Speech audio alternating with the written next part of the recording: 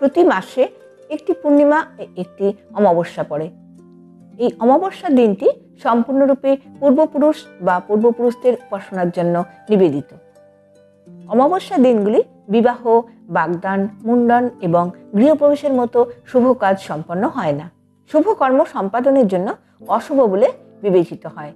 জ্যোতিষশাস্ত্রে এই দিনটিকে একটি শক্তিশালী দিন হিসাবে বিবেচনা করা হয়, কারণ এটি চাঁদকে উৎসর্গ করা হয় এবং এই দিনে চাঁদ তার অস্তমিত সময়কালে থাকে এবং এই সময়টি তাদের জন্য অশুভ বলে বিবেচিত হয়।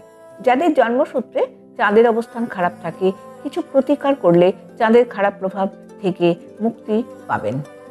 অমাবস্যার দিনে অবশ্যই শনি সংক্রান্ত প্রতিকার করতে হবে এবং বিভিন্ন ধর্মীয় ক্রিয়াকলাপ পূর্বপুরুষের উদ্দেশ্যে উৎসর্গীকৃত হবেন।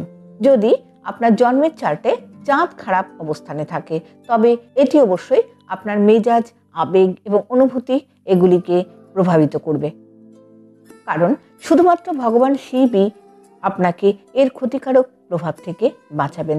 অমাবস্যার দিন ভালো পুরোহিত দিয়ে নিজের বাড়িতে শিবের পুজো ও যজ্ঞ করা উচিত। অমাবস্যার দিন কালো পিঁপড়াদের চিনি মিশানো আটা খাওয়ান।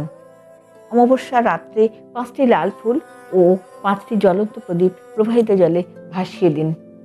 এছাড়া অমাবস্যায় অশ্বত্থ গাছের পুজো করুন, গাছে পুঁইতে ও অন্যান্য সামগ্রী অর্পণ করুন। স্টিলের ঘটিতে দুধ, জল, কালো ও সাদা তিল ও বার্লি মিশিয়ে অশ্বত্থ গাছের শেকড়ে অর্পণ করুন। এই শুভ অমাবস্যায় এই কাজগুলি করলে মনের সকল ইচ্ছা ভোলানাথের কৃপায় শুভ ফল পাওয়া যাবে।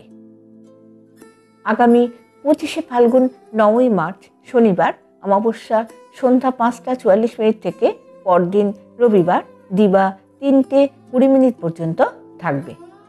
ভিডিওটি শুনে যদি আপনাদের ভালো লাগে তাহলে একটি লাইক দিয়ে অবশ্যই চ্যানেলটিকে সাবস্ক্রাইব করবার অনুরোধ রইল।